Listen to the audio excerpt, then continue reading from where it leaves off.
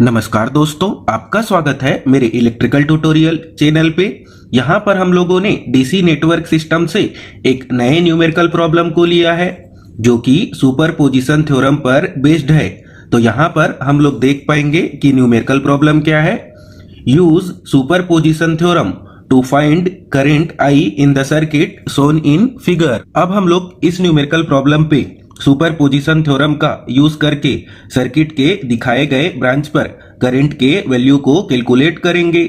और हम लोग इस न्यूमेरिकल प्रॉब्लम पे करंट के वैल्यू को कैलकुलेट करने के लिए करंट डिवीजन रूल का यूज करेंगे। और आप लोग इस न्यूमेरिकल प्रॉब्लम को सॉल्व करने से पहले मेरे YouTube चैनल पे डीसी नेटवर्क के प्लेलिस्ट से आप लोग करंट डिवीजन रूल और सुपरपोजिशन थ्योरम के कॉन्सेप्ट और न्यूमेरिकल प्रॉब्लम के एग्जाम्पल वाले वीडियो को पूरा देखें, जिससे आप लोगों को समझ में आ पाएगा कि इस तरीके के न्यूमेरिकल प्रॉब्लम को करंट डिवीजन रूल का यूज करके कैसे इजिली सॉल्व किया जा सकता है। और साथ ही साथ आप लोग मेरे YouTube चैनल के प्लेलिस्ट के सभी वीडियोस को भी देखें, जिससे आप लोगों को इलेक्ट्रिकल फील्ड से रिलेटेड यूनिवर्सिटी लेवल और कंपटीशन लेवल एग्जाम की बहुत सारी जानकारी मिल पाएगी। अगर आप लोगों को अच्छा लगे मेरे बताने का मेथड या समझाने का तरीका, तो सभी वीडियोस को आप लोग लाइक और शेयर करें और साथ ही साथ मेरे YouTube चैनल को भी सब्सक्राइब करें, जिससे आप लोगों को जो भी वीडियो इस चैनल पर अपलोड होगी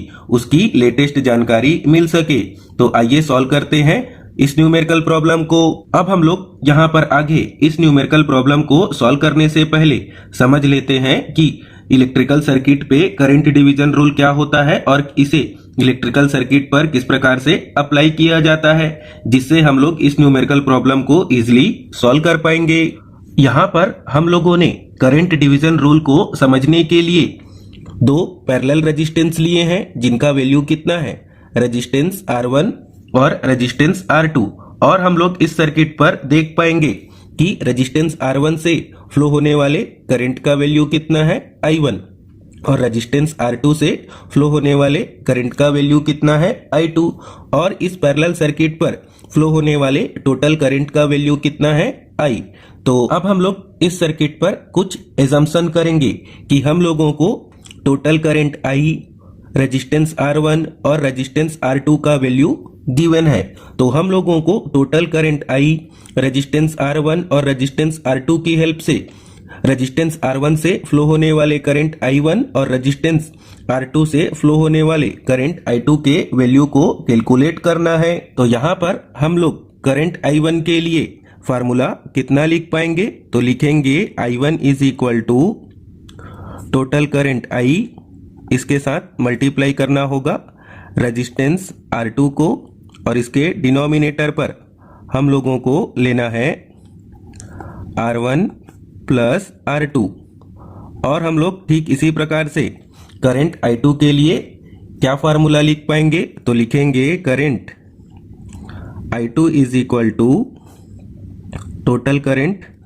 I इंटू रेजिस्टेंस R1, और इसके डिनोमिनेटर पर भी हम लोगों को कितना लेना होगा, R1 प्लस R2।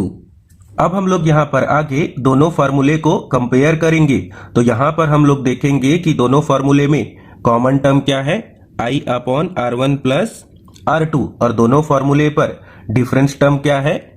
R2 और R1। तो हम लोग इस फार्मूले को इजिली समझ सकते हैं कि जब हम लोगों को करंट I1 कैलकुलेट करना हो तो टोटल करंट I के साथ रेजिस्टेंस R2 का, और जब हम लोगों को करंट I2 कैलकुलेट करना हो तो टोटल करंट I के साथ रेजिस्टेंस R1 का मल्टीप्लाई करना होगा। और दोनों फार्मूले के डिनोमिनेटर पर R1 प्लस R2 है जो कि एक जैसा है। अब हम लोग इस न्यूमेरिकल प्रॉब्लम को करंट डिवीजन रूल का यूज करके सॉल्व करेंगे और सुपरपोजिशन थ्योरम से करंट I के वैल्यू को फाइंड आउट करेंगे। तो जैसा कि हम लोग जानते हैं कि सुपरपोजिशन थ्योरम पे हम लोगों को जिस ब्रांच पे करंट के वैल्यू को फाइंड आउट करना हो, उस ब्रांच पे करंट के वैल्यू को हम लोग सर्किट पर जितने भी सोर्स दिए होंगे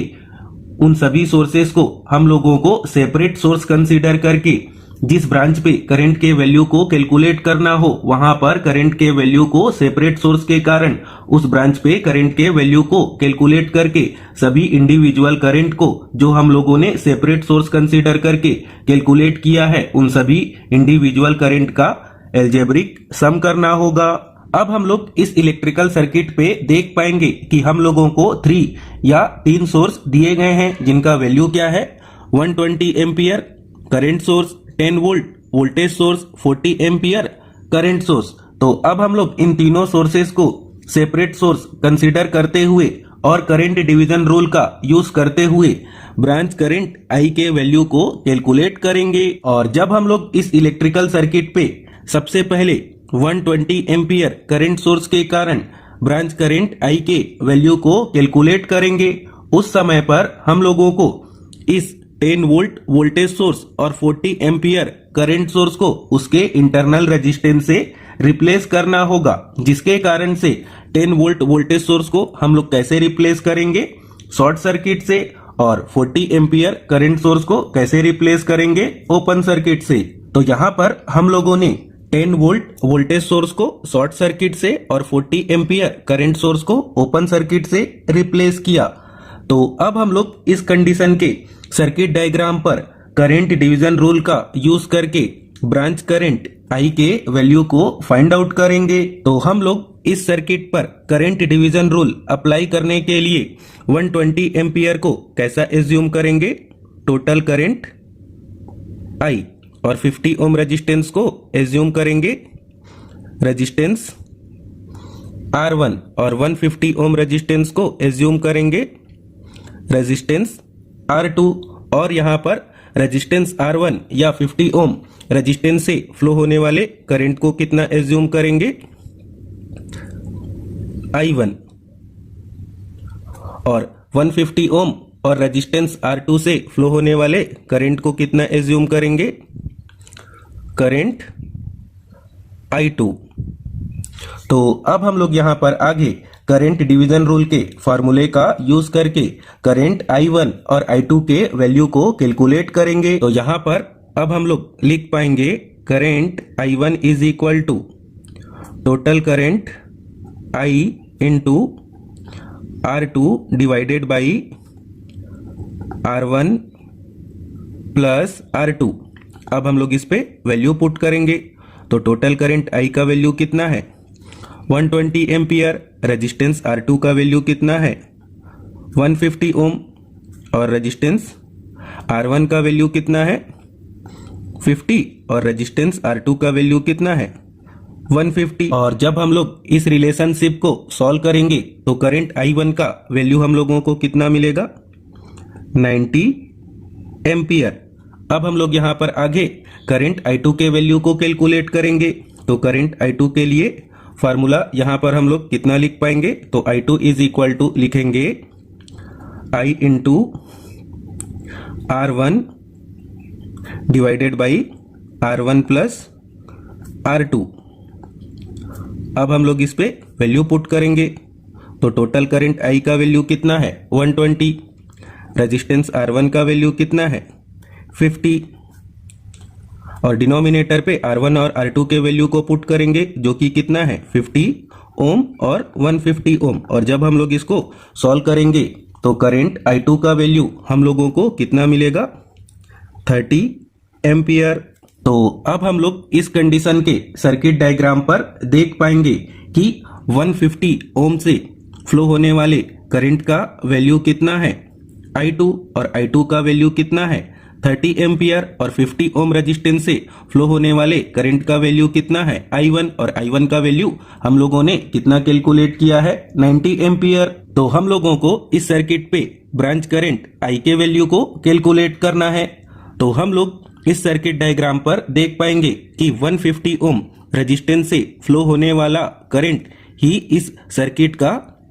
ब्रांच करंट I होगा। लेकिन हम लोग यहाँ पर देखेंगे कि ब्रांच करंट I2 का डायरेक्शन इस ब्रांच करंट I के डायरेक्शन के अपोजिट है। तो यहाँ पर हम लोग इस ब्रांच करंट के वैल्यू को कितना ले पाएंगे तो लिखेंगे -30 एम्पियर। तो यहाँ पर हम लोगों ने पहले सोर्स के कारण जो कि कितना है 120 एम्पियर, तो उसके कारण हम लोगों ने यहाँ पर ब्रांच करंट के वैल्यू को कितना कैलकुलेट किया है -30 एम्पियर। अब हम लोग इस सर्किट डायग्राम पे 40 एम्पियर करंट सोर्स के कारण ब्रांच करंट I के वैल्यू को कैलकुलेट करेंगे, जिसके लिए हम लोगों को इस सर्किट पर 10 वोल्ट वोल्टेज सोर्स और 120 एम्पियर करंट सोर्स को उसके इंटरनल रेजिस्टेंस से रिप्लेस करना होगा, जिसके कारण 10 वोल्ट वोल्टेज सोर्स को शॉर्ट सर्किट से और 120 एम्पियर करंट सोर्स को हम लोगों को ओपन सर्किट से रिप्लेस करना होगा। तो यहाँ पर हम लोगों ने 120 एम्पियर करंट सोर्स को ओपन सर्किट से और 10 वोल्ट वोल्टेज सोर्स को शॉर्ट सर्किट से रिप्लेस किया। अब हम लोग इस सर्किट डायग्राम पर करंट डिवीजन रूल का यूज करके ब्रांच करंट I के वैल्यू को कैलकुलेट करेंगे, और इस सर्किट डायग्राम पर करंट डिवीजन रूल अप्लाई करने के लिए हम लोग यहाँ पर 40 एम्पियर करंट सोर्स को कैसा एज्यूम करेंगे, टोटल करंट I, और इस 150 ओम रेजिस्टेंस को एज्यूम करेंगे रेजिस्टेंस R1, और 50 ओम रेजिस्टेंस को एज्यूम करेंगे रेजिस्टेंस R2, और इस सर्किट डायग्राम पर 150 ओम रेजिस्टेंस या रेजिस्टेंस R1 से फ्लो होने वाले करंट को कितना एज्यूम करेंगे I1, और इस 50 ओम या रेजिस्टेंस R2 से फ्लो होने वाले करंट को कितना एज्यूम करेंगे करंट I2। तो अब हम लोग यहाँ पर आगे करंट डिवीजन रूल के फार्मूले का यूज करके करंट I1 और I2 के वैल्यू को कैलकुलेट करेंगे। तो यहाँ पर हम लोग लिख पाएंगे current I1 is equal to I into R2 upon R1 plus R2। अब हम लोग इस पे वैल्यू पुट करेंगे। तो अभी हम लोगों ने टोटल करंट I कितना लिया है 40 एम्पियर, और रेजिस्टेंस R2 कितना एज्यूम किया है 50 ओम, और डिनोमिनेटर पर भी R1 और R2 के वैल्यू को पुट करना होगा। तो लिखेंगे 150 प्लस 50। अब हम लोग इसके वैल्यू को कैलकुलेट कर लेंगे। तो हम लोगों को यहाँ पर करंट I1 का वैल्यू कितना मिलेगा, तो लिखेंगे 10 एम्पियर। अब हम लोग यहाँ पर आगे करंट I2 के वैल्यू को कैलकुलेट करेंगे। तो करंट I2 के लिए यहाँ पर फार्मूला लिख पाएंगे I2 is equal to I into R1 divided by R1 plus R2। अब हम लोग इस पे वैल्यू पुट करेंगे। तो टोटल करंट I का वैल्यू इस कंडीशन पर कितना है 40, R1 का वैल्यू कितना है 150, और डिनोमिनेटर पर भी R1 और R2 के वैल्यू को पुट करेंगे। तो लिखेंगे 150 प्लस 50, और जब हम लोग इसको कैलकुलेट करेंगे तो हम लोगों को करंट I2 का वैल्यू कितना मिलेगा, तो लिखेंगे 30 एम्पियर। तो हम लोग इस कंडीशन के सर्किट डायग्राम पर देख पाएंगे कि 50 ओम रेजिस्टेंस से फ्लो होने वाले करंट का वैल्यू कितना है I2, और I2 का वैल्यू हम लोगों ने अभी कितना कैलकुलेट किया 30 एम्पियर, और इस 150 ओम रेजिस्टेंस से फ्लो होने वाले करंट का वैल्यू कितना है I1, और I1 का वैल्यू हम लोगों ने अभी कितना कैलकुलेट किया 10 एम्पियर। तो हम लोगों को इस न्यूमेरिकल प्रॉब्लम पे ब्रांच करंट I के वैल्यू को कैलकुलेट करना है। तो इस कंडीशन के सर्किट डायग्राम पर देख पाएंगे कि ब्रांच करंट I का वैल्यू 50 ओम रेजिस्टेंस से फ्लो होने वाले करंट I2 के वैल्यू के इक्वल होगा, और यहाँ पर हम लोग साथ ही साथ देख पाएंगे कि करंट I2 का डायरेक्शन और ब्रांच करंट I का डायरेक्शन दोनों का डायरेक्शन एक जैसे है, जिस कारण से हम लोग यहाँ पर करंट I के वैल्यू को कितना लिख पाएंगे 30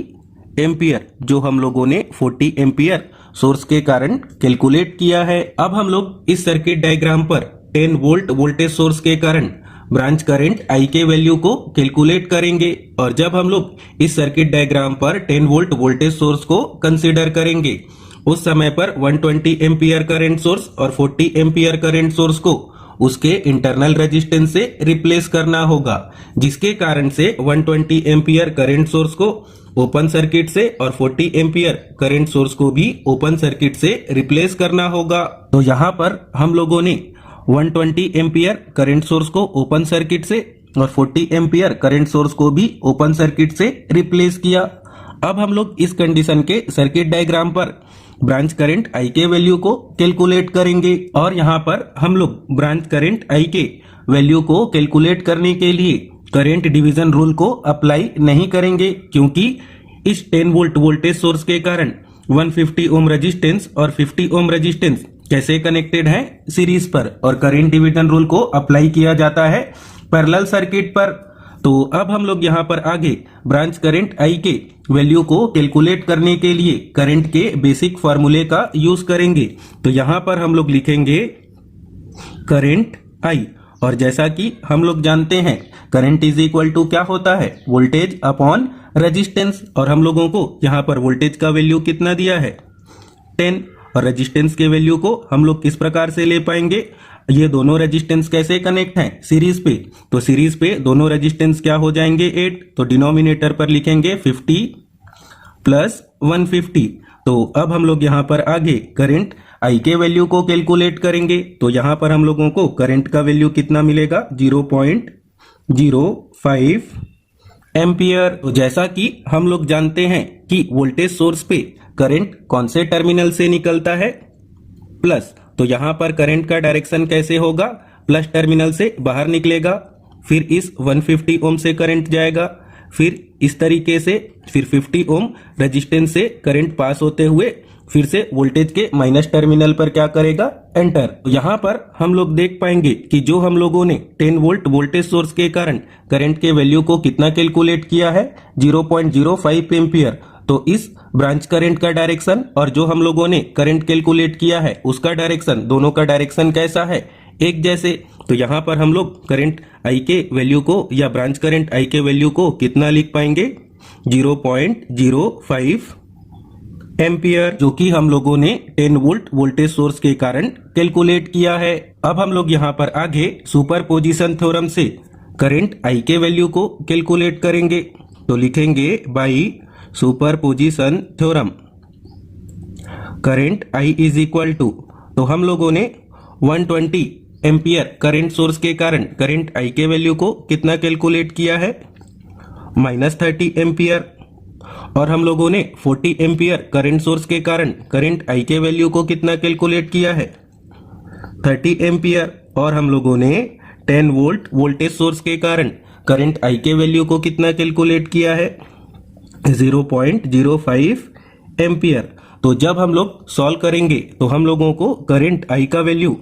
कितना मिलेगा 0.05 एम्पियर, क्योंकि -30 एम्पियर और +30 एम्पियर क्या हो जाएगा, कैंसल। तो इसी के साथ ही हम लोगों का यह न्यूमेरिकल प्रॉब्लम कंप्लीट हुआ, जिस पर हम लोगों ने सीखा कि करंट डिवीजन रूल का यूज करके सुपरपोजिशन थ्योरम पे किसी ब्रांच करंट के वैल्यू को किस प्रकार से कैलकुलेट किया जाता है। तो अगर आपको यह सब बताने का मेथड, समझाने का तरीका अच्छा लगा हो तो इस वीडियो को ज्यादा से ज्यादा लाइक और शेयर करें, और साथ ही साथ मेरे YouTube चैनल को भी सब्सक्राइब करें। थैंक